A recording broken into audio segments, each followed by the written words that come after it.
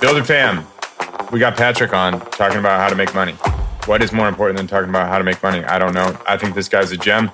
I hope you think he's a gem, and you guys should hit him up. If you're not making as much money as you want to make, I think he would do you a lot of good. I wish I had found him when I was fumbling and faltering around between 4 and 20 and really all the way up to 50. I wish I've just gotten that solidified. It took a lot of work. So I hope you enjoy it. Thanks for tuning in. Patrick, I will never be perfect, so I like to just be loud and proud imperfect. Yeah, so that's all good, man. I appreciate you letting me know. I've got very little to work with, so don't worry. I'm jealous of your sign in the back. I've been trying to get a flag so that I don't have to have this nonsense. So if you look carefully, you're going to see fake wood paneling. I am doing the best I can to distract your eye. Don't you know a contractor or two to call over there and give you a favor? Dude, I bought paint. I planned on doing all this stuff, but just can't get around to it. Those construction people are a big pain in the neck, eh? Yeah. So, dude, I hope it's okay that I call you dude, and I'm super informal. Like I said earlier, I don't pretend to be perfect. I'm a very imperfect person. I just love your stuff. I think we got connected because you were. I believe you were talking crap about how subs have to pay for everything or something, or maybe that was. Yeah. Well, also Megan, you did a thing with Megan Shapiro, or Shapiro, as she's. I don't know how she says it, and I'm connected with her, and we've had 2 meetups that she runs, in-person meetups, and so I saw that. I think that I might have commented on something, the podcast you did with her. Oh, nice. That's awesome. Well, are you do you do Converge with her or no? Yeah, I do. I'm one of the original people. That's awesome. Well, let's just start with, just pretend I don't know you. So let's get an introduction. And I like to take it from birth to today. So whatever, that would be cool. Cool. So I'll tell you what I do, but that's not who I am. Hopefully during the podcast, you'll find out who I am. But what I do is I help construction trade contractors get their finances in order so that they can become bankable, bondable, get capital. Because contractors, out of all the industries, I spent 30 years in banking before doing this 6 years ago. Out of all the industries I worked with, contractors had the toughest cash flow. And to grow your contracting company, you need capital.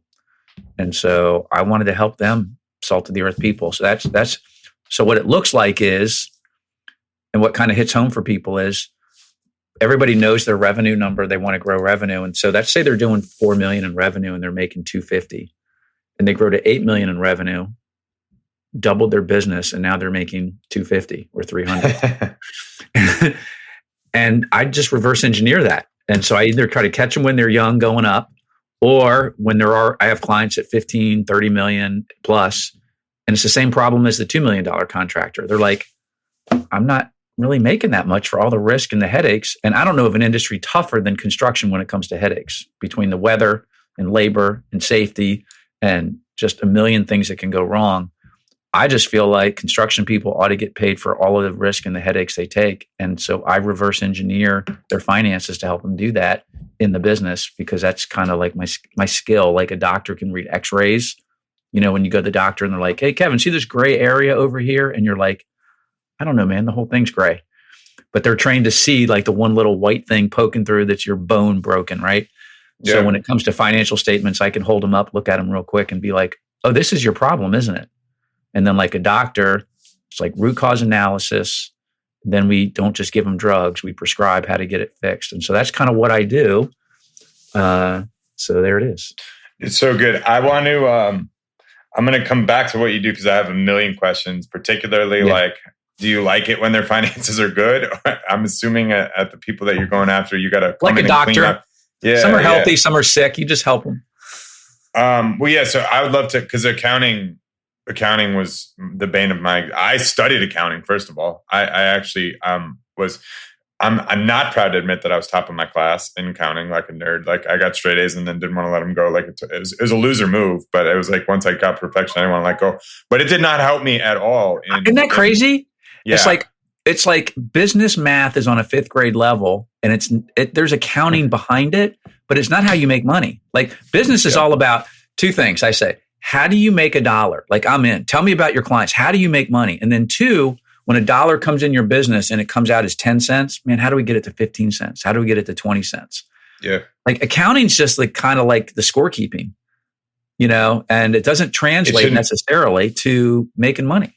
It shouldn't be so hard either. But I had a mother F of a time as I was growing, finding the right, when you need a bookkeeper, CFO, controller, the whole nightmare. So I want to talk I think your wisdom is tremendous, because it's like, and I'm sure you listen, that's my heart behind it, is like, I was struggling.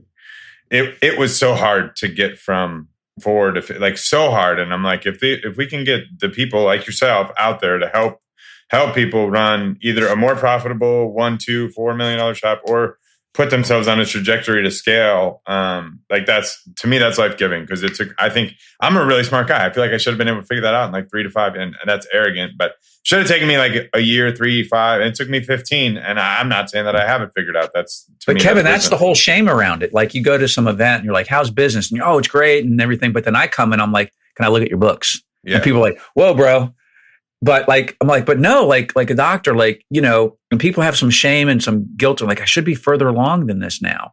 And I'm like, I've seen like a doctor, again, I'll use all these analogies. I've seen 1,000 butts. Nothing surprises me. Like, who cares about that? Let's just get you to a place where you're being rewarded. Because if you look back over the course of history, most of the wealth of America wasn't made from people dancing on TikTok. It was made from contractors who became 2nd and 3rd generation companies, who built family offices. And that has been the backbone of our country. And so I love seeing contractors ascend and create wealth. It's great.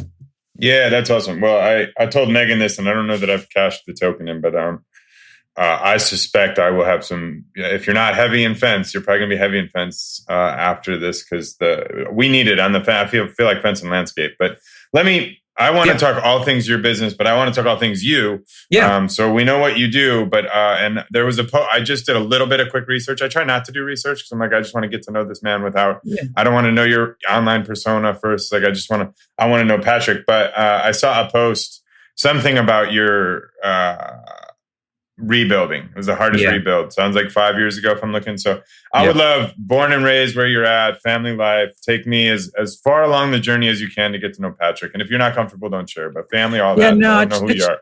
It's good. No, I've learned to show up as my full self on LinkedIn. And so I'm okay. And it's funny, on LinkedIn, I can drop, when I say wisdom, that sounds so non-humble. I can drop some business wisdom, and for me, if I get 1,000 impressions, that's a lot. So I'll get like 500 impressions, but then I'll share how like I got fired from corporate, and 5,000 people like, oh, cool. Like tragedy. We love that.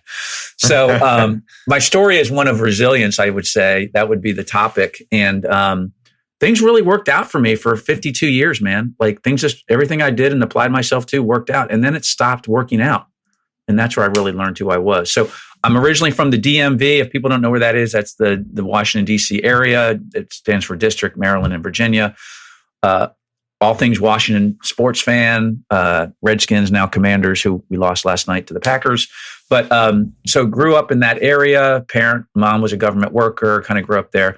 But I've been in Maryland now, growing up in Virginia, Maryland now for most of my adult life working, and I'm more in the Baltimore, Annapolis area, which is still sort of suburban Washington, but it's got its own flavor. I would say, since I like the NFL, I'm in Raven territory now, and that's where I'm at. I don't know where you are, though, by the way. I'm a nomad professionally. Business is in Chicago, but we're establishing home in Wyoming, and we're in the process. I've always split time. I love the Rockies. I'm a Rocky Mountain guy. I haven't been to Wyoming yet. We do a lot of travel. I did travel for a month and a half this year, working. Had my best month ever when I did that. So I am virtual by design. But anyway, so I was in banking. I went to college at Virginia Tech, go Hokies, and after that, I was trying to get a job, and I was an arts and science major. I didn't really love math, but I just figured I'd get some job in a management training program and just learn the ropes. So I got all these bank interviews, took a job at a bank, and I just took to it. Like I was good at it, and I worked my way up, and I worked on the retail side, like your traditional branch manager guy. And then I spent the last 15 years of my career on the commercial side, doing business loans. And so one of my taglines is I've probably reviewed over 10,000 financial statements, approved over $2 billion in loans on my own, and worked with probably over 100 industries. And had over 22,000 business conversations. So not that I am great at it because I took to it, but because of just time in.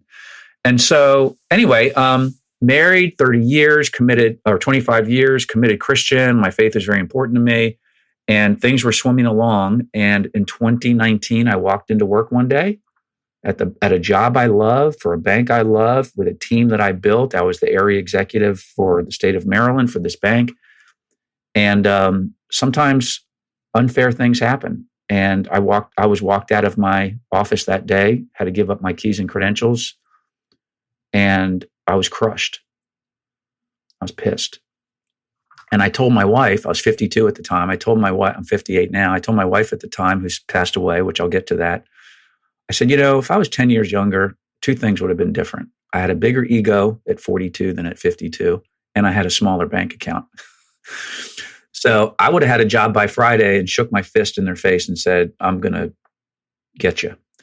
But I had to take some personal accountability of things. I didn't do anything unsafe or anything like that. It was paperwork that they misunderstood my motivation. I could not believe it happened. Like, sometimes bad things happen to good people, and sometimes the innocent are charged, and sometimes the guilty go free. And this is the life in the world we live in.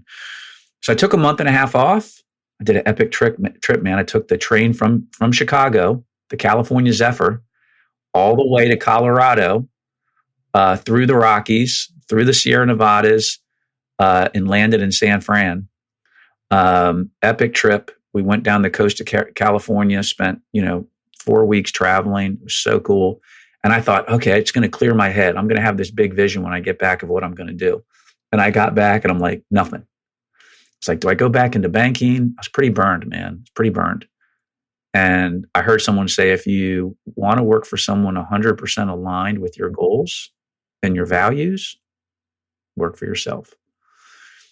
So I got a call from a buddy, and he's like, hey, man, I know you're a former banker. Do you want to do some loan brokering? I was like, I don't want to work for somebody. And he was a lawyer. He's like, well, I'll set you up. I'll get you an LLC, figure out a name for your company. And 3P Consulting is what came up. And I probably should have named it something else, but it stands for passion, purpose, and profit. Kind of the Venn diagram of the circles. It's like, I'll get into that later. But anyway, so I started doing that, but I was burned out. I really want to do loans. And I was interviewing, or I was helping some customers get loans, and I'm walking them through stuff, and I'm showing them stuff on their P&L and their balance sheet. And they're like amazed that I know this stuff. And I didn't know it was a skill I had. And I'm like, doesn't your accountant teach you this stuff? And they're like, no.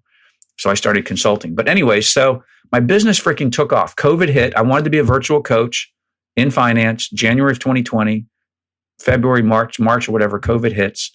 And I just shift my business, and I helped like 300 business owners across the country get PPP loans, if you remember those times. So that launched my business. And by early of 2021, 14 months in, I had replaced my corporate salary. Now, I don't want to say I was arrogant. I could have been more humble, but I was like, oh, this self-employment thing's not so hard. I'm doing good. But what happened next changed my life. So by May of 2021, I was crushing it. I had made in 5 months a year's worth of what I made in corporate. But God was really preparing me for something different, because my wife, who had been married 25 years, got diagnosed with a terminal brain tumor and passed away 90 days later.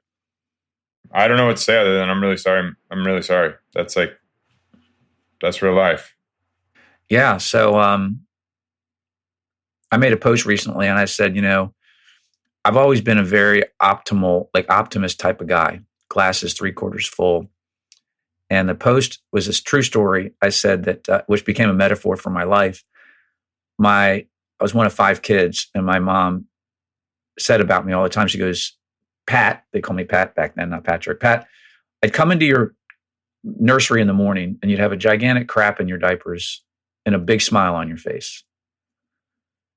And I mean, in life, I've had a lot of craps in my diaper, and I kind of powered through that because I just think the way I was made to have a positive disposition. And so I'm not happy about those things, but to completely crush me, And my business actually had a record year that year because I had, business is all about momentum. So I had so much momentum that even when I put a stop to it to take care of my wife, business was still kind of like the flow kind of still came through without, and I'm thinking, gosh, if that didn't happen, the business would have probably been ridiculously successful.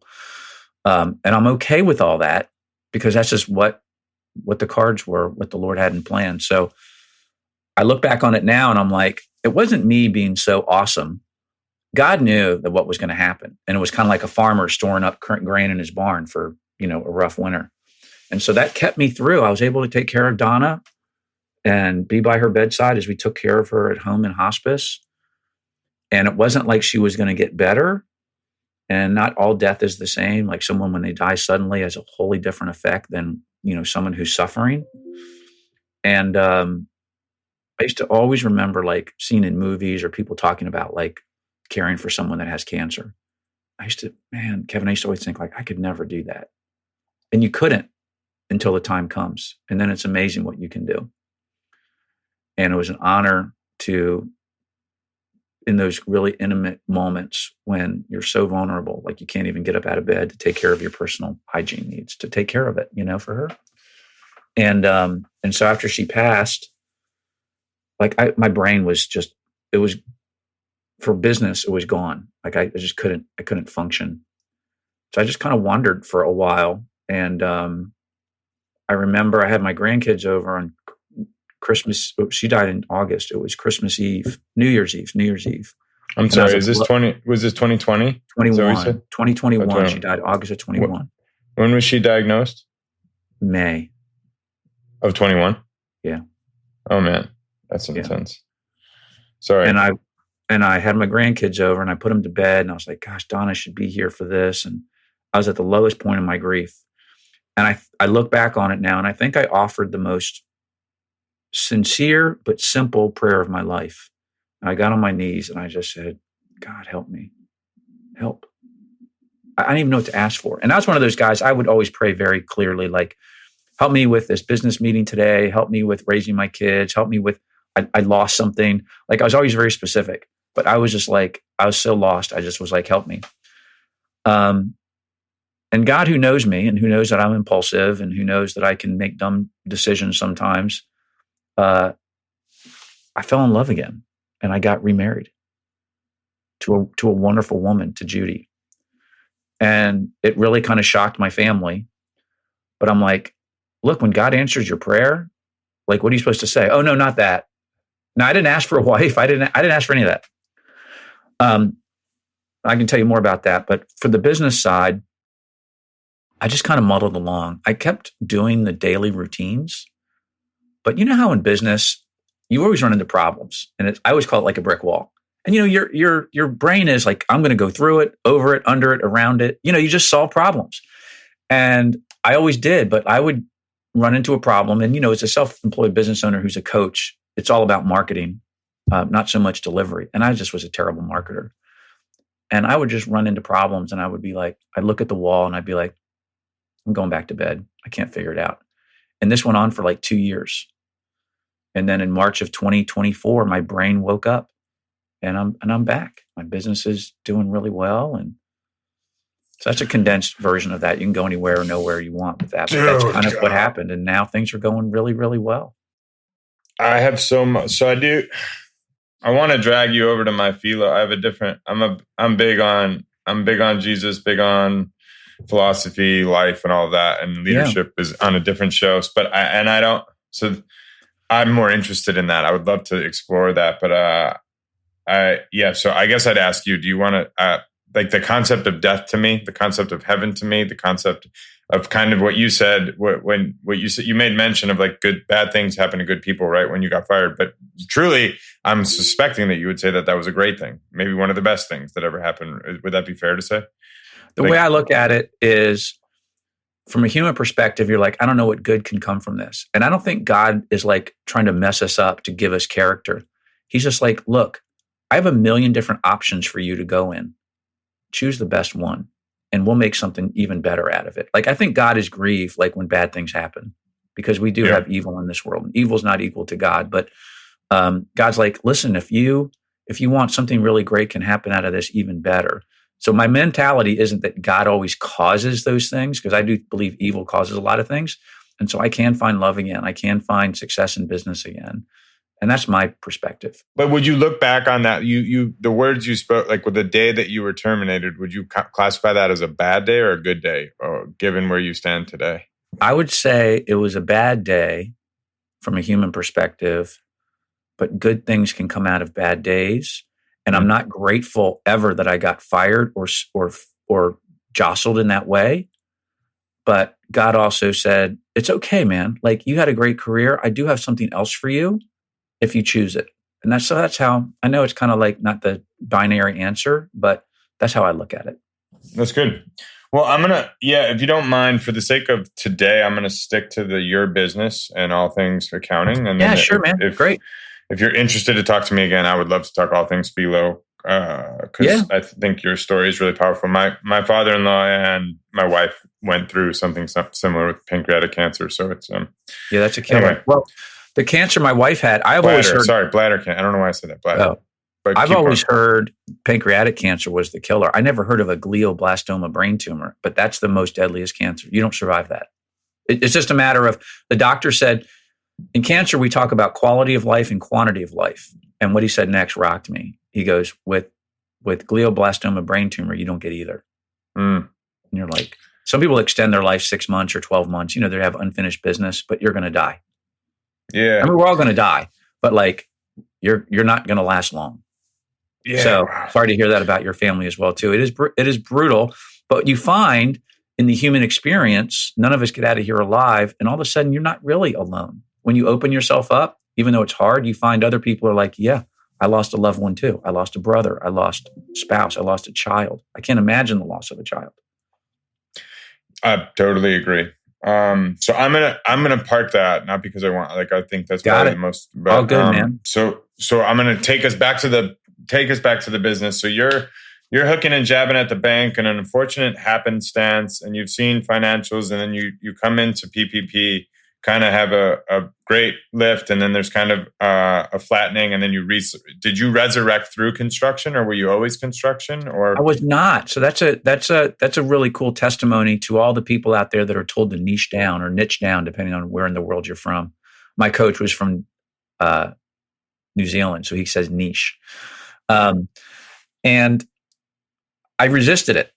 So for the first until January. So what happened is, end of story first. January of this year, I said, that's it. I'm going all in construction. Half my clients were construction, half weren't. But my advertising and marketing was just general.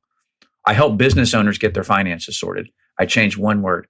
I help contractors get their finances sorted, and my business took off. January 1st, I changed. So last year, I said, I'm changing my website, my LinkedIn, everything. As of January 1, I'm flipping the switch. And I flipped it to contractors only. Now, of course, I've always worked with contractors. Half of them, like I said, were my clients. And right away, I got a speaking engagement, which led to business. I got business from LinkedIn, which I had never had before. And I continue to get business from LinkedIn. And it just felt like I was wearing shoes, but they weren't the right fit. And all of a sudden, now they're the right fit. And so I feel so congruent and comfortable in what I'm doing. My only regret is, why didn't I listen to my coach sooner and niche down? Because I was afraid I was going to lose customers. And he's a marketing genius. His name is James Kemp. I'll give a shout out to him. And he's like, Patrick, marketing does two things. It not just attracts people to you, but it repels the wrong people. And the wrong people, I don't mean like morally wrong or socially awkward people. Just they're not your people. And also, too, from like me, how I spend my time, instead of going to nothing wrong. I used to be on the board of directors of a chamber or going to BNI or these networking groups. I'm like, look, I'm just going to be around construction people. Those are the groups I go to.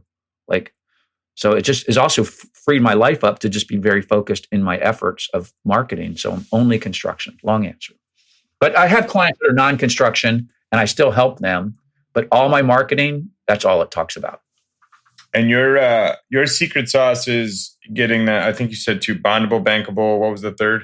Capital ready. So getting money, capital ready. That word's not really working so well for me. I got to figure that out. But forget the words. People, if they need it, it'll come. Clients told me, my coach is like, go back and ask clients why they hire you. And I kind of thought they knew.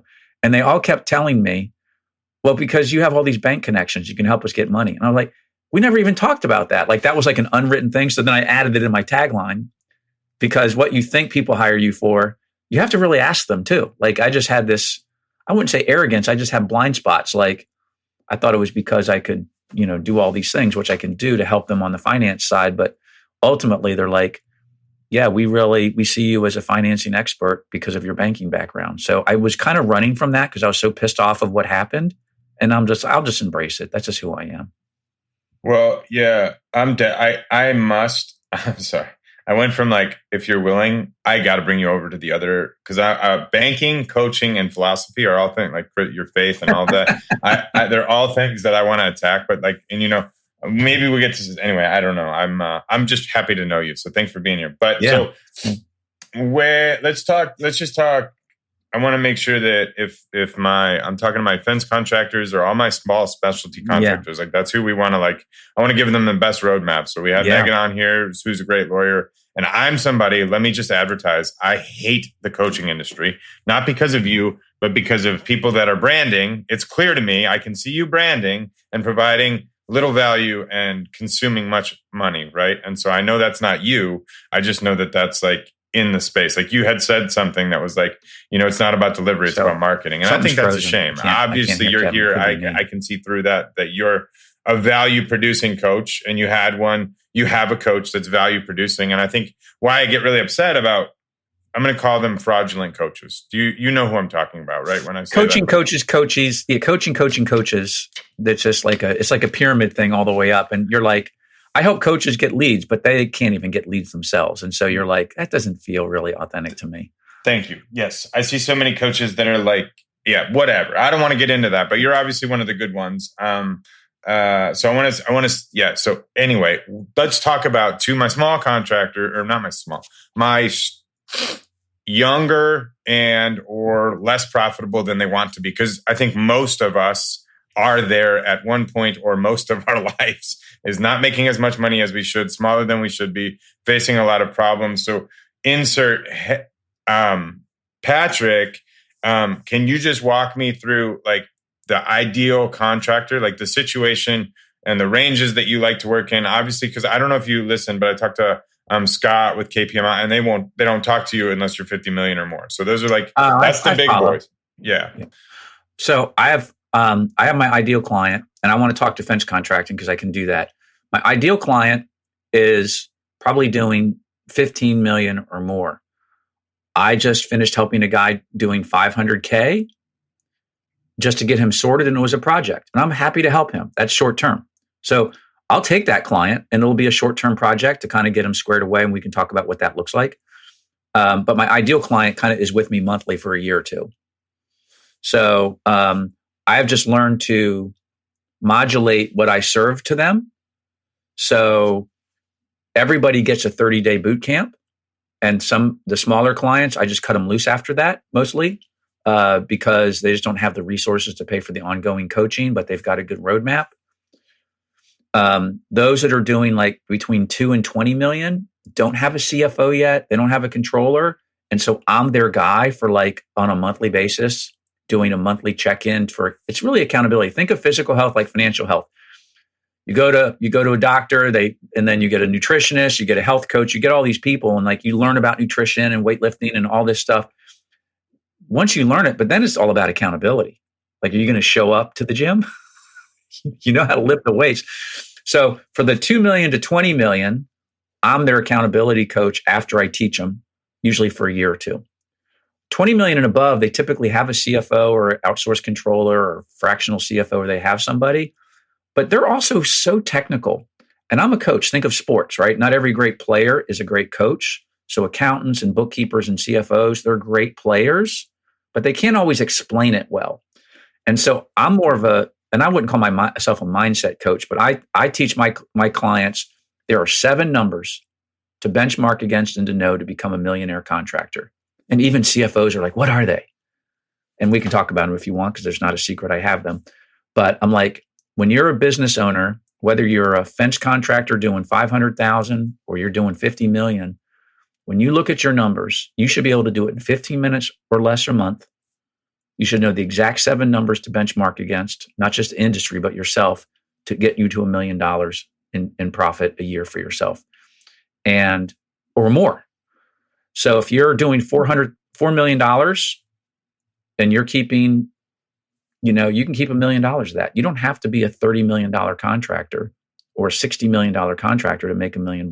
So I'm like, here's the 7 numbers. And so I deliver that roadmap. So the smaller ones have the roadmap and they're going to kind of DIY it. Those that are under 2 million, the 2 to 20 million, I kind of go with them. And then once they get larger, I kind of give them the roadmap and then they have someone internally kind of to deliver it for them. So those are kind of the things, but they all get the roadmap because every contractor has a set of blueprints they operate from when they show up on the job site. It's in feet, inches, God help them if it's in meters, if you're an American. But you have to go by the blueprint. But in their business, they just go, oh, I want to grow revenue. And I'm like, well, what about the rest of it? Like a blueprint just doesn't just have like, the electrical runs. It's got the mechanical. It's got where the doors and windows go. So your financial blueprint should show you the 7 most important numbers to know. And I usually tell, when you were a contractor, would you be able to answer this, or you are, can you answer this one question? What is your gross profit margin? And that number is not a number people know to the exact 1%, not on every job because it can change, but over time, 90 days a year. And this is where people get hooked. I was talking to a $30 million contractor and I said, what's your gross profit margin? He's like, I'm not sure. And I said, that's the most important number for a contractor. Here's why. 1% gross profit margin improvement on $30 million. 5th grade math, what's 1% of 30 million? We know 10% is 3 million. So 1% is 300K. 300K. If you improve that 1%, you just made 300K more without growing revenue. Like reverse engineer your business. Keep the same revenue. Keep 1% more. What if it's 3%? And then people are like, how do I do that? It's like, first, you got to know what it is. If you don't know, like physical health, if you want to get healthy, but you don't know how much you weigh, you don't know what your blood sugar is, you'll do some stuff, but you're not guessing. You're just making an educated guess. But let's make a really laser guess, a laser decision. So we start with the gross profit margin and we reverse engineer everything from there. So that's what we do. So like I have a client who was doing bathrooms. He's not a client anymore, former client who was doing bathrooms, porta potties. And he showed up on a job site and he said, you know what? I also noticed these guys need fencing. And I also noticed these guys need security cameras and everything else. And it was amazing to watch him grow. And he really knew his numbers. But the challenge that a lot of contractors have, even if you know your numbers, is, oh man, it takes capital to grow. You got to go buy all this stuff. And if you're doing residential, you get paid the same day. But if you're doing commercial, what happens? You do the work, 30 days. Bill for the work, wait another 30 or 60. You're maybe 90 days in before you see money. And meanwhile, your guys are like, oh, we get paid weekly. 12 payrolls, 3 months rent, 3 months overhead. And so if you're like 5 million and you grow to 10 million, and you don't have capital because you started like you bootstrap your business with a pickup truck and a ladder, which is a badge of honor. But you're like, growth just means pain. It's like having more kids. It's not always so easy. How many kids do you have? I meant to ask that. Oh, thanks. So Donna had 2 kids from a previous marriage. I call them my kids, but I have 2 step kids, and they were 8 and 11 when we got married. So they're all full grown. I'm a grandfather. Got it. Donna had 2. Okay. Donna had 2. Judy had no kids, and I didn't have any natural born kids, but I always called them my kids. I raised them.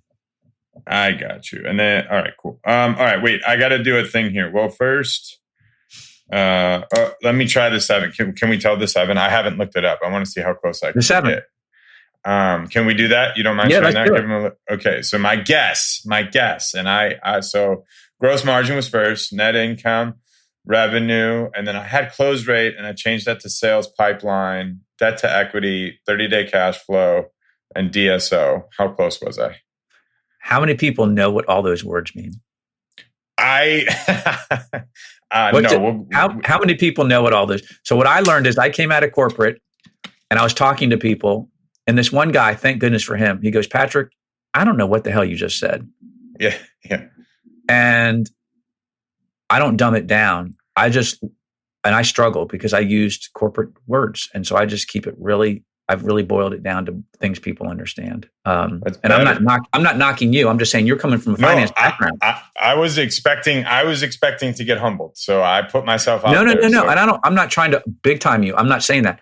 I'm just saying like, yes, you're on there, but like, I want to put it in words that every contractor is like, I got that. So the 7 numbers, and there's sub numbers under it, but the 7 numbers, there's 2 reports, balance sheet and income statement, or P&L, you can call it.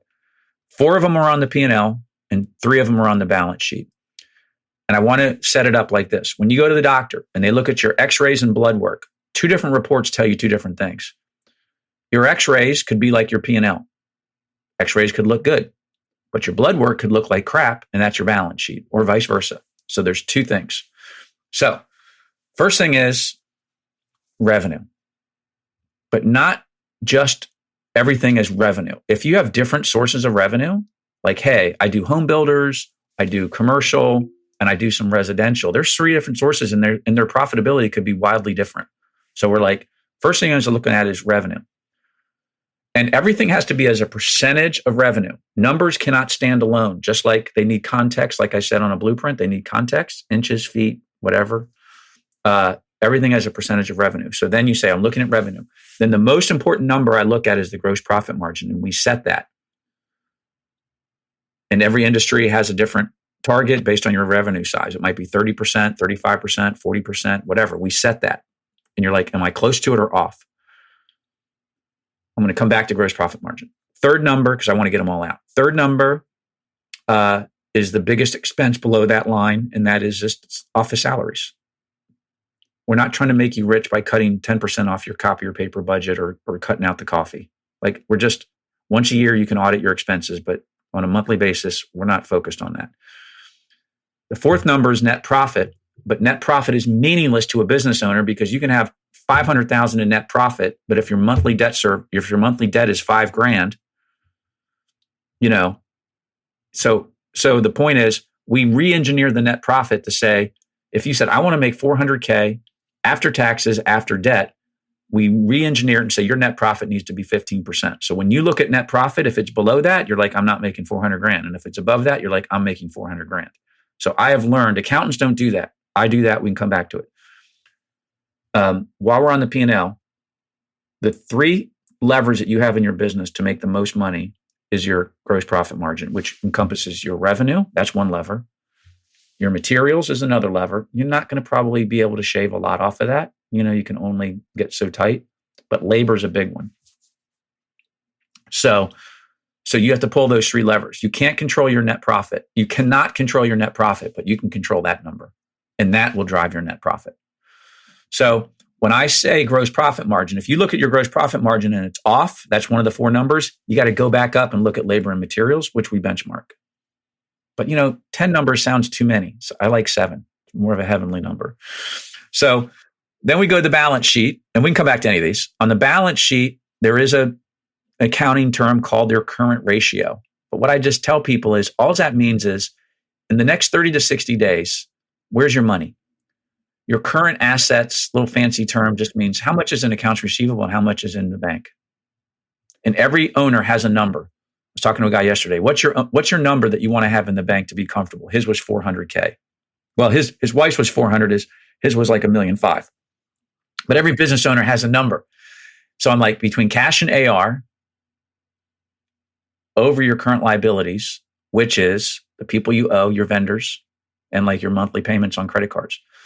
And when I look at that number, I know it's called the current ratio. Most people aren't finance people. They don't. I'll walk into a business and I'll say, you're having cash flow problems. You can't sleep at night. And they're like, yeah, how do you know? And I said, because your current ratio. They're like, well, what the hell's that? And I was like, this is the number that tells me that you have cash flow problems or you're undercapitalized. Let's start understanding what that number means about your business, because you can have a P&L that rocks. You can be showing that you're so profitable, but you don't have any cash. And what you care about is cash, not net profit. So the current ratio is number 5. Number 6 is how quickly can you collect frickin' AR? I asked everybody, hey, what's your AR collection? Oh, it's 45 days. And I said, let's measure it. Well, guess what? It's 60. Oh.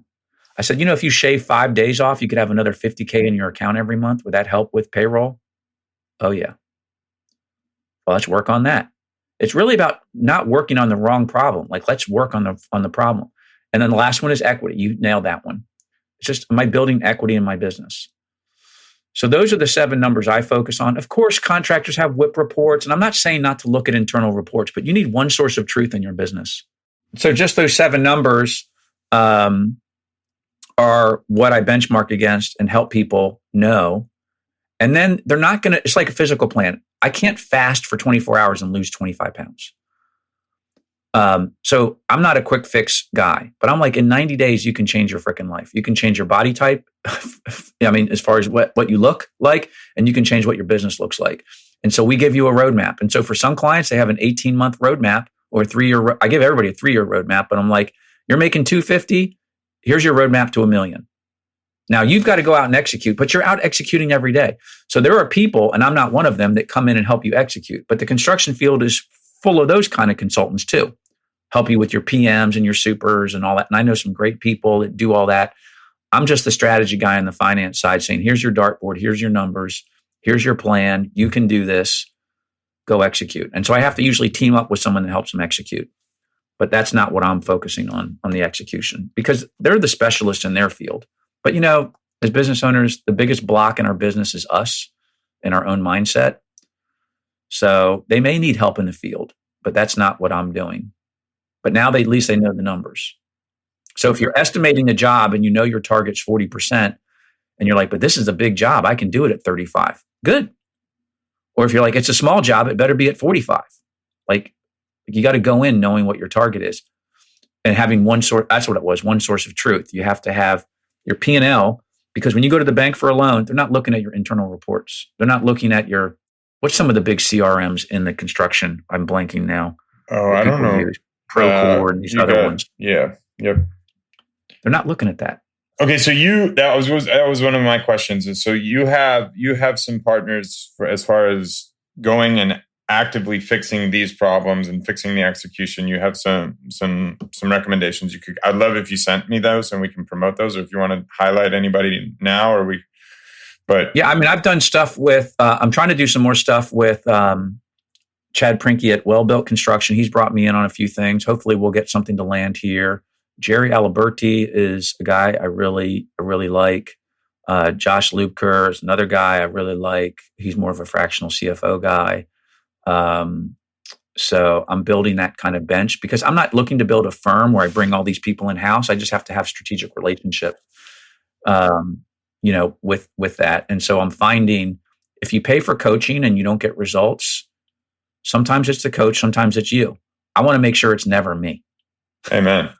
That's a good coach right there for anybody listening. That's what it needs to. We're going to talk about that probably over in better questions. But so the ideal client is 15 million. You're targeting 2 to 15. It sounds like you help them over, you help them under. But and what are they in a brief synopsis? Would you say work with Patrick and you will? Yeah, you'll have a financial roadmap to become a millionaire contractor. That sounds exciting. I feel like a lot of people should call you. And then I'm going to work with you. And do you mind advertising fees? Is it case by case, or how? It's typically you do a 30-day boot camp, and then we work. Yeah. Is it a 2-hour call, 1-hour call? Yeah, currently, and things in business evolve, right? And my business is evolving as I'm solving more problems. So I can do things a lot quicker than I used to. What used to take me 4 weeks, I can do in 2. And I used to have a 90-day program, and someone's like, Patrick, getting your finances sorted is like going to the dentist. I just want to get it over with. So I shortened it. So actually now I can do it in 2 weeks. But my 30-day boot camp, I'm very transparent. It sits on my website today. For the smaller business, it's going to be $5,000, for that. But hopefully if they're making 100, they're going to be making 300. So I just feel like I'm an ROI guy. So I'm like, look, you're investing in yourself. I'm not an expense. I'm not the phone bill here. Like, if you want to invest in yourself, you should I set aside 10% of my income every year to invest in myself. So if someone's never bought coaching, they're probably not going to buy coaching. People who have tried and failed and who are ready, they're the ideal candidate, because that's how we're built. I'll do it myself until I can't. But so 5,000, and then the bigger clients, I'm sort of like, bigger problems, bigger headaches, and I can solve them really fast. And so they're paying for that speed. That engagement's usually $10K, 5 up front, 5 at the end when they get their roadmap. And I'm really jazzed to like help those guys, because when you've got a really kind of a lot going on in your business, sometimes it's like I don't golf anymore, but like you go to a golf coach and they just show you one thing about your swing and your game takes off. Like a lot of these guys, they just need like 1 or 2 shifts because they've been focusing on the wrong problem. And it feels so good to help them. And I'm like, I got to get paid for that, because they're not buying my time. Like they're buying my knowledge. And then the ongoing, is it a weekly cadence or it's a monthly cadence, or it varies depending on the need and the position of the business, or how does that go? So currently, if they're doing monthly, I'm revamping kind of how I'm doing that. So for the smaller businesses, they don't have an internal process. They don't have anybody. I'm teaching them to fish, so they're not dependent on me forever. But that's been running $1,500 to $2,500 a month, depending on kind of the company size. But I'm trying to decide going forward, kind of how I want to market that, because like I said, the bigger companies don't need the ongoing support. They're grateful for the quick help. And I should probably have more of a premium price for that than those that need the ongoing support. So I'm still working that through, Kevin, because ideally I'd like to have recurring revenue like the next guy. But if I have different leads coming in, I would love to have $1 million business myself. I keep 90% of what I bill. So I'm trying to build a 7-figure practice where I'll have 10 clients making 10K a month, right? And some of those clients might churn every month or every 4 months or 6 months. But I'm not building a group coaching practice. Everything I do is one-on-one. I have a community of people I've helped, so there's that component to it. But I'm not. Most coaches want to make $1 million by doing one-to-many. And when it comes to your finances, it's too damn personal. And I love one-to-one because you get results quicker. And I think it's like if you're going to take music lessons, you can sit in a class with 30 people playing guitar and you might pay $25. But you get a one-on-one teacher like my son, who's a professional musician, maybe he's $150 an hour. So I'm looking for the person that's $150 an hour. And you outline the scorecard. I call it a scorecard, right? These are the 7 numbers. You need to measure these. And are you helping? Because I share in this pain is like, I'm assuming that you're walking into people's that are not GAAP compliant or even close. They're not even, their financial statements, I'm assuming, are a mess. So is that a burden that you help with? You get them to understand? Yeah. Yes. It's been a pleasure to help them. So I made a post the other day and I said it, or I do a weekly newsletter. People want to sign up to that. I send 2 emails a week. So they're like, you send too many emails. I'm like, well, that's my marketing. It's just me. If you don't like it, just unsubscribe. But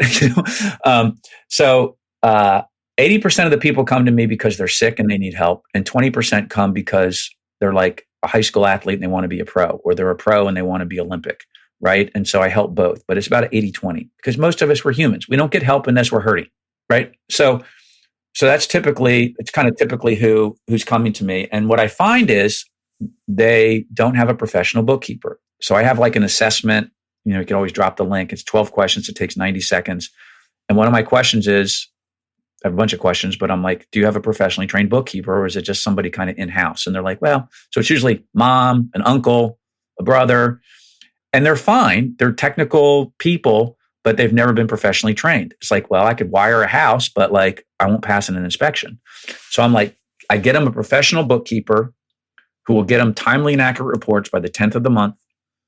And I said, it's the best investment you can make, because if you have a great bookkeeper, man, H&R Block could do your freaking taxes. And I know the tax people out there are going to freak when I say that. I just say that tongue in cheek, meaning the tax person who does your taxes is all about compliance. And they're making sure that if you're making a lot of money, you've got really good tax strategies. I'm not an accountant. But if you should spend money on a good bookkeeper that knows what the heck they're doing, so you have job costing profitability. Is this job profitable? It's a basic question. And a lot of people are like, I think, kind of. I'm like, no. Like when you go to school, did you get an A or a B? I don't know, kind of. No, you got a 98, you got an 88, like you get a number. And I want your business to have a number, and the bookkeeper does that. And so I get their finances sorted. I know a ton of bookkeepers. I even teach bookkeepers how to do what I do so they can teach their clients. And once people get really good bookkeeping, gosh, it changes their life. You would think I was a bookkeeping like specialist because I promote them so much. They are worth their weight in gold. Probably the key hire in your business. And so is it normally you bring in you have a series of fractionals and you just kind of tie that knot, or is it you just help them? I recommend them. Yeah, I recommend them. I'm trying to get better at kind of like doing revenue share and stuff with them because I really help out a lot of bookkeepers by sending them business. So I'm like, we'll get you a bookkeeper. They'll charge you whatever. I usually give them a couple of names so they can kind of pick whoever jives, but they have to know construction because construction is different. Yeah. Cost of goods sold. Remember that gross profit margin? I have $2 million companies and I've helped $30 million companies. And when I look at the gross profit margin, I'm like, the labor's not even in here. They're like, well, it's on the P&L. It's just down lower. I said, well, then you don't know your gross profit margin. Like, we got to get that. I know it's like accounting things, but we got to get that in the right place so you can measure it. And I'm like, you need a construction bookkeeper because I don't want to tell bookkeepers like how to do their job. Got it. And I'm not a bookkeeper, but I know what's right. It's like you probably could look at fencing and know if it's done right or not.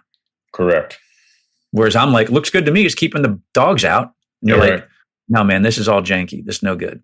So if I'm a prospective client, I'm hiring a coach to help me understand my financials, and am I also getting? It sounds like I'm getting like CFO level financial acumen support and guidance. Is that fair to say, Yeah. or is that a reach? Yeah, a good bookkeeper is a better hire than like jumping right into a CFO first. You get a good bookkeeper, and they are going to get your timely and accurate data so you can make good decisions, but you still have to know what I'm looking at. Like a lot of people are like, yeah, I get my P&L and balance sheet, but I don't really know what I should be looking at. That's where I help. And then as the business gets bigger, usually there's like this $20 million, there's kind of a break where they're like, you know what? I need more than bookkeeper. I need somebody in my business 10 hours a week. I'm not that guy. I don't want to be that guy, actually. I don't want to have 4 clients working 10 hours a week in their business. That's called a fractional CFO. So I'll hook them up with someone like that. And companies under that might need that too. I'm just saying that's kind of like where most companies start to become, like where the business owner actually becomes a CEO. And they're like, you know what? I need an executive team. I need a CFO, I need project managers. They're no longer in the field all or half the time. They're like, I can't keep doing this. Because that's what happens, right? They work in 78 hours a week and missing their kids' games, drug abuse and substance abuse is super high in the construction industry. I don't want to see people run their life into the ground. Yeah. And then I just lost my train of thought. So the fractional bookkeeper, bringing those people in. Yeah. So it's coaching plus they need some ongoing, like I tell them, bookkeeper is going to be with you for life. I'm going to be with you for a season. Got it. And so you really are just equipping them though. Like your job is to equip them. Yeah. So that's what I was going to ask. So you come in and so like, let's say I'm the skeptic, I'm a believer. I'm like, oh, Patrick's going to make me a millionaire. But so your path, you set, like you're going to help them see what they need to see and then focus where they need to focus based on the numbers that they're now looking at. Then they're going to go and hopefully affect change and or bring in one of those guys you mentioned that's more of an execution guy to like fix their project management or all that. But you're going to kind of highlight, this is where you should focus. Like this is, if you want to make not 30K, but 300K, or not 300K, but 900K, like here's where you need to invest your time and energy in order to be a profitable contractor. You're going to highlight that for them. Yeah. And some contractors do it on their own and they don't need me. And that's fine. But for a lot of them, they really could be $1 million contractor. And their mindset, which I'm not criticizing because this is the mindset of most people, is I'll just double my revenue or I'll try to grow bigger from 5 million to 10, from 10 to 20. And then they find, and I'm telling you, they get to 30 or 40 million and they're not making $1.5 million or $2 million. They're making 300. And you're like, you're taking all that risk, all that headache. You got to create $30 million to make 300. Like, What if you did 30 million? Forget trying to grow revenue. Like I love revenue as much as anybody. Let's grow it, but let's first make $1.5 million off 30 million. Then when you make 50 million, you're making, you know what I mean? You're starting to make NFL money. It's real money. Yeah. And you made mention of it. So you think obviously location specific, industry specific, many factors, but if I'm sitting here as let's say I'm a $500,000 solo proprietorship, but I want to be $1 million person, do you think the right top line to be seeking is about 4 million? Or like, I mean, I know you can on the Great coaching question. side. Yeah. Yeah. So when you're under 5 million, numbers need context, but not every dollar is created equal. Like, 1% of 5 million sucks, but 1% of 10 billion is pretty good. I could live off that. That's a nice margin, right? So, if you think a business should kick off under 5 million, anywhere from 10 to 30%. So if I'm doing $3 million, I should be making at least 300K out of this business. And I really could be making 900K. So I think once you pass 3 million in revenue, you actually could make $1 million in your business because you could operate at a 30% net profit margin. You really could. Now, some are more capital intensive. If you're a dirt mover, that you got to buy all this freaking equipment and everything else. But I think it's hard to make $1 million. But I'll tell you, I know a roofing contractor who second generation business. His dad had 3 crews. They were doing like 5 million, but no one was really making any money. They're going a million directions. He took it over, cut all the crews, does under 2 million, and he's making probably 400 or 500 grand a year. And he's like, why grow? I'm living good. And I'm like, hard to argue with that. I think a lot of people would like to make 400 or 500 grand a year clear after debt and taxes. I think that's pretty good living. But you can't, if you live in a major metropolitan area, we all know 100 grand that's barely enough to keep going. Right. Well, and how many? So let's just say you're doing 10 to 20 engagements a year, but that means you've probably talked to 30 to 50, maybe 60, right? And when you're doing your analysis, I'm assuming you pre-qual and you're looking whatever. And maybe you just guess. This does not have to be data driven. I know I'm talking to an accountant kind of, but like in your experience, and I have this same anecdote. I'm just curious, like how many of them are significantly underperforming? I'm going to define significantly underperforming by like making half or less than half of what they could or should or would be doing. Do you think that's like half of them? Do you think that's like 90% of them? If from your anecdotal world, what do you think that number is? Probably all of them, but I don't mind. Actually, a lot of accounting people can never give you an answer because they have to have all of this data and specifics. And that does drive me crazy. And that drives CEO crazies. I'm crazy. I'm okay in a general comment. Like, yeah, it depends. But in general, all of them could be taking home a lot more. And so, but I don't see all of the really good ones. I think there's plenty out there that are crushing it, but they don't come across my path because they're they're already at Olympic level. You know what I mean? So they're out there already. And I don't want to act like if they don't have me, they'll never do it because that's BS. I mean, they've been crushing it for years. They've just, some people are just born freaking brilliant business owners, but construction people love building stuff. Right. And they're like, yeah, but I'm kind of weak on the finance side. I'm like, well, you don't have to be brilliant on the finance side, but if you got some basics down, like you will be a millionaire. And I don't mean over time. I mean like every year. So those are the people that are pleasure to help. It's kind of like in sports. Like some people, they're just freaking born fast and jump high. They're big. Now, of course, they practice their trade every day, but like I could practice all the time and I'll never make it in the pros. Right. So some people I know are just like built different. But for the 90% for the rest of us, we need help. Yeah. Heard. And then how do you do anything, insofar as a guarantee and I'm curious, just like, and this is a little bit of vulnerability that I'm exposing. So if you don't want to answer, that's totally fine. But I'm more interested in it. Is there like they do the 30-day boot camp. Do you have people that walk away disappointed? And if so, why? Or when does that happen? Yeah, it happens. And you learn from those. I would be lying if I said that doesn't happen. I have learned that I can guarantee what I'm going to do, and I'll do it. I cannot guarantee what they're going to do. And I didn't understand that when I first started because I thought everybody had a guarantee. You'll make $1 million. So I no longer can guarantee someone will get a bank loan, but I guarantee I'll get them bank ready.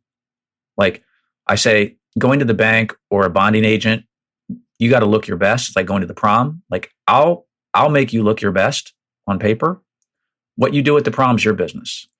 So I'll get you bank ready, but I'm not the bank. I will give you a 3-year roadmap based on custom, what you told me about your business, what you do, what the margins are for your industry and where you can be. You will get that.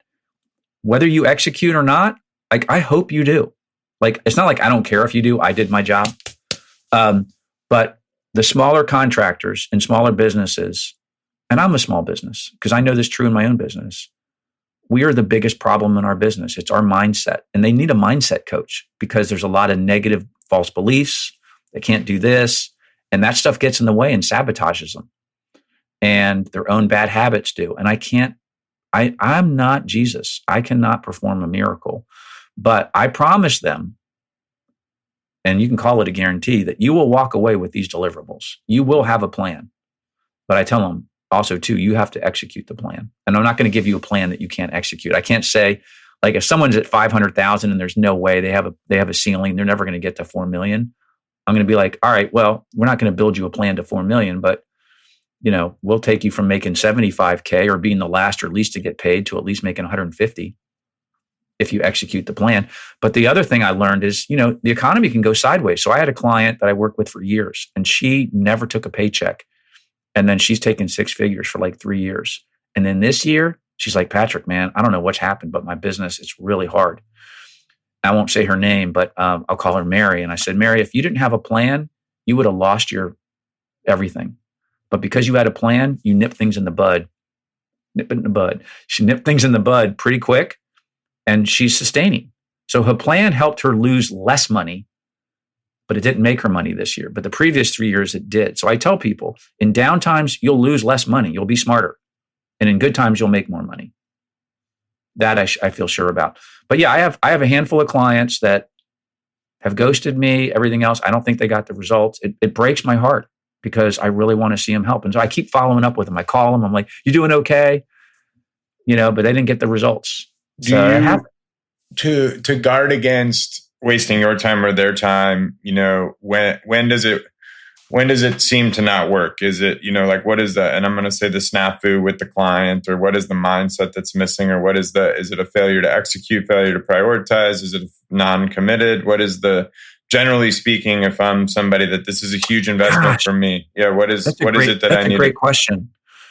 The successful clients I have just took action. So I'm thinking of the Mary that I explained. What made her amazing was she just took action. A lot of people are always learning, right? Especially in coaching. They're always taking the next course. They're always taking the next free download. They're always after new information. And I'm like, it's really transformation. Who is going to take action? And I would rather someone execute a mediocre plan to perfection than have a great plan and never execute it. And so those that take action, even if my advice was like, it wasn't the best, but like we gave them a plan, but they acted on it, those are the ones that have had success. And I really believe it's like a mindset thing. And that's kind of what I've seen. And I never know until I'm in it, because when we first start, when you first take on a client, everybody's excited. I just signed up for this weight loss program. I'm all excited. And 3 weeks in, you're like, this is garbage. I can't live off fish oil or something. I don't know. But so everybody's all excited in the beginning. And I never know. So I can't tell because I don't have a gift to see if they're going to be successful or not. It's just, will they take action? And I always go in thinking positively, because that's the poop in my diaper story. I'm always like, they're going to be able to do it, and also too, are they coachable? You don't always know. And that's why I go month to month with my clients. I sign them up to 90 days at a time. I don't sign them up longer than that, because if they're not the right fit, I don't want to keep working with them either. And so some people aren't coachable. And when you coach people, I'm not a cheerleader and I'm not an asshole. But I will tell you like, hey, this, you're always having emergencies. You're the problem in your business. You cancel our meetings. You're late for this and that. And some people don't like to hear that. And I'm like, well, I'm not going to be able to help you. Like, if you can't get that figured out, my little roadmap, my little treasure map isn't going to do anything for you. Mm. And that breaks my heart, dude. Breaks my heart. Yeah. Well, you can't help them all. They got you can, what's the saying? You can lead them to water. Right. But early on, when I was a coach, like I bought into all this guarantee stuff. And I think I was a little bit over the top on some stuff. And I had to own that. I thought like I could fix all these things. And so, but I learned too, so I wasn't perfect. So some of my early clients too, I look back on, I was like, I could have been a better coach. I have to be honest. No, I appreciate your humility. It's really nice to have some authenticity in the space of coaching. But do you have any, would you say, 7 out of 10, 5 out of 10, how many go through boot camp and you would call it like this was a successful engagement? Is it harder if you're not comfortable like that, don't. Yeah. I would say I did. I went back over, I served about 60 people. I went back over and I was kind of adding them up. And it was over 50%. But I've also gotten a lot better and more streamlined in what I'm doing. And so my batting average of client selection is better too. So that gets better every time. Yeah. I mean, it's a dizzying road. I've always wondered how I would do that. If I were to do that it's much easier to put a fence around a property and say, I did it right. I did my job. Coaching's a lot of them and it's a lot of you and your own ego and stuff getting involved in there. And like whenever I screw up in coaching, it's because I'm giving my opinion, my big fat opinion, as opposed to when I do really well, I just ask questions and people go, oh, wow. So you know what I mean? So like I have to guard against my own opinionatedness and just be like, well, do you think that's working? And all of a sudden then they have the self-actualization like, oh no. Because when my coach asks me questions, he already knows the doggone answer, but he lets me discover it. Yeah. And I love that about him. So I learn a lot from him. And that's James Kemp. Is he a mindset guy? He's a mindset coach, or what's his specialty? He is marketing. He's a marketing genius and he's not salesy. That's why I love him, because I can be a little salesy. He's a marketing architecture. He knows how to build marketing systems, messaging, and how to put yourself out there, create offers, speak authentically. Like he's just great at that. And I was a skill I did not have because I came out of banking and finance and sales. I didn't have to do marketing. Marketing's like brochures and I didn't know what marketing was.